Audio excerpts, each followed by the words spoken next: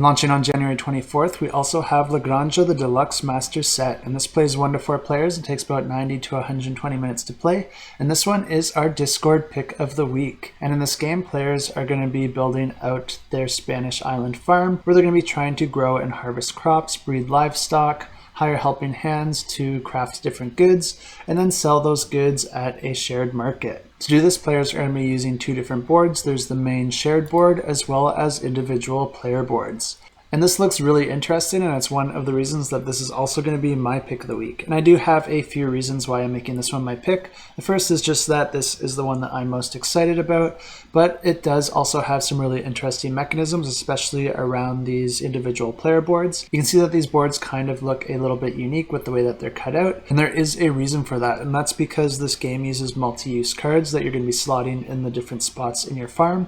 But these aren't just dual-use cards, these are quadruple use cards. Yeah, that's a thing. You can see these cards have icons on the top as well as icons on both the left and right side, and then sort of a column in the center. And the reason for that is because if you want to use the left hand side, then you would slide it under the left side of the board. Same if you want to use the right, you would slide under the right side. And then if you wanted to use the top, you'd put it at the top of your board, or if you wanted to use the center column, then you would slide it in behind in the center here. And I really do like multi-use cards because they normally present some good options to the player, but then they also present the player with a predicament because you can only ever choose one of those. And I always find that the most fun games are the ones that present tough choices to their players. I also really like how there's only a limited number of slots in each area of the board, so as you upgrade a certain area of your board throughout the game, you're going to be more limited with what you can put there. Eventually you won't even be able to put any cards in different sections at all, so you'll really want to plan ahead with the cards that you want to equip. And another reason that I think this is a really good pick of the week is that this game is already out, so you can go ahead and play it if you're interested in it, and you can have that confidence that this is a game that you'll actually like before you go ahead and back it. And I don't think this reimplementation changes the game too much, but it will be adding a few more modules and expanding on the game in different ways. One thing it will be changing for sure is that the artwork has been vastly improved as well as the components.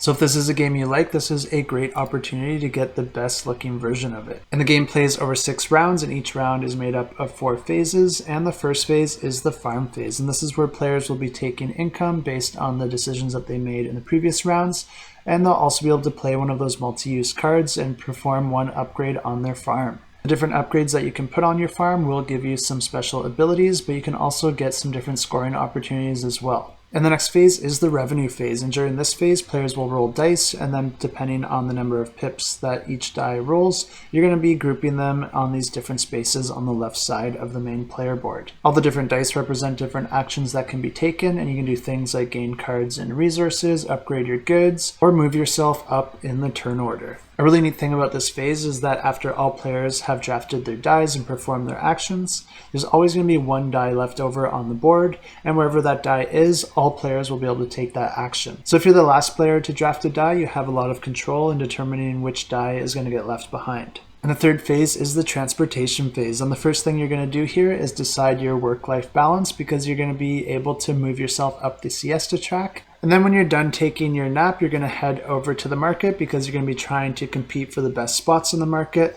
so that you can deliver your goods to fulfill orders that will earn you victory points in the scoring phase. And in the scoring phase, you'll be gaining points for the spaces that you occupy on the main board, as well as your position in the siesta track. And another really neat thing about this Deluxe Master Set is that it's going to introduce a bunch of new modules to expand the game.